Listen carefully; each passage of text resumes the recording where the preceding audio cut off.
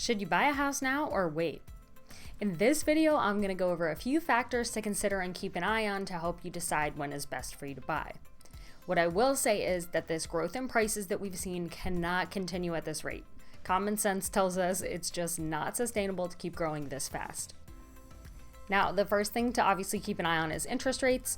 You'll see the headlines that say they're going up or down every day, but keep in mind they're historically low. So if you see a headline that says interest rates went up today, they're still low compared to the rest of life. But the question is, where are they going to be next year? Okay. And we're never going to be 100% sure, but the Federal Reserve said they're going to keep interest rates low for the next few years, but they might have to move it up because of inflation, and we are experiencing inflation. So stay tuned into interest rates.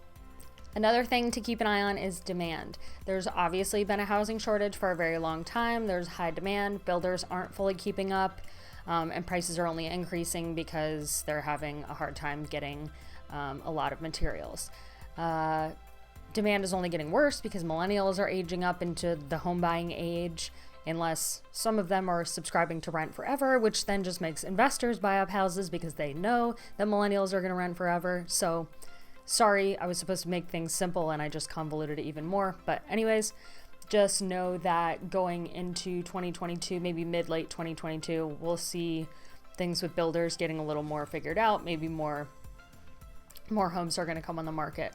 The other thing to think about with demand is we're coming up on the end of summer. Summer is usually the buying rush because families with children tend to move in the summer, so they don't have to take their kids out of school mid-year. So less buyers in the market could make it a better time for you to buy in the upcoming months.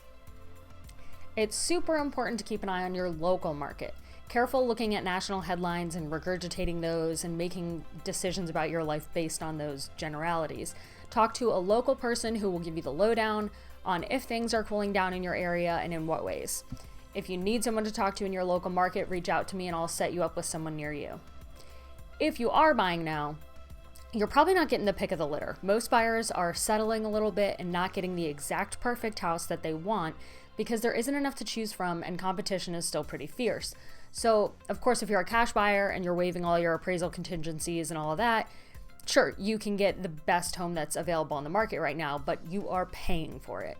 So regular buyers who are financing, you're going to have to be a little flexible and cave on a few things on your dream home list.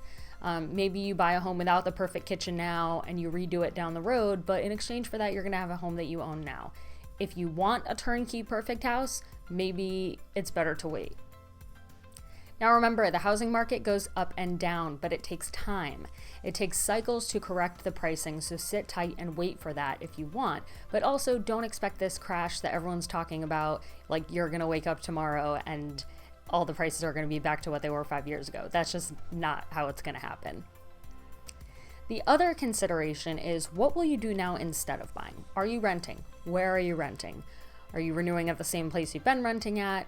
Look into your local rental market where you are, because a lot of people are in the same boat as you and have decided to rent this year and put off buying. So even the rental market is getting competitive in a lot of places. Price that out. There's also an eviction moratorium, so a lot of tenants haven't been budging, and that's leading to higher rental prices as well. So I hope this video has given you a few things to think about in considering whether now is the time for you to buy or not. If you still have more questions, you want to talk about your specific situation, please feel free to reach out to me and we'll go over what's going on with you and see if it's a good time for you to buy or not. Until next week, bye.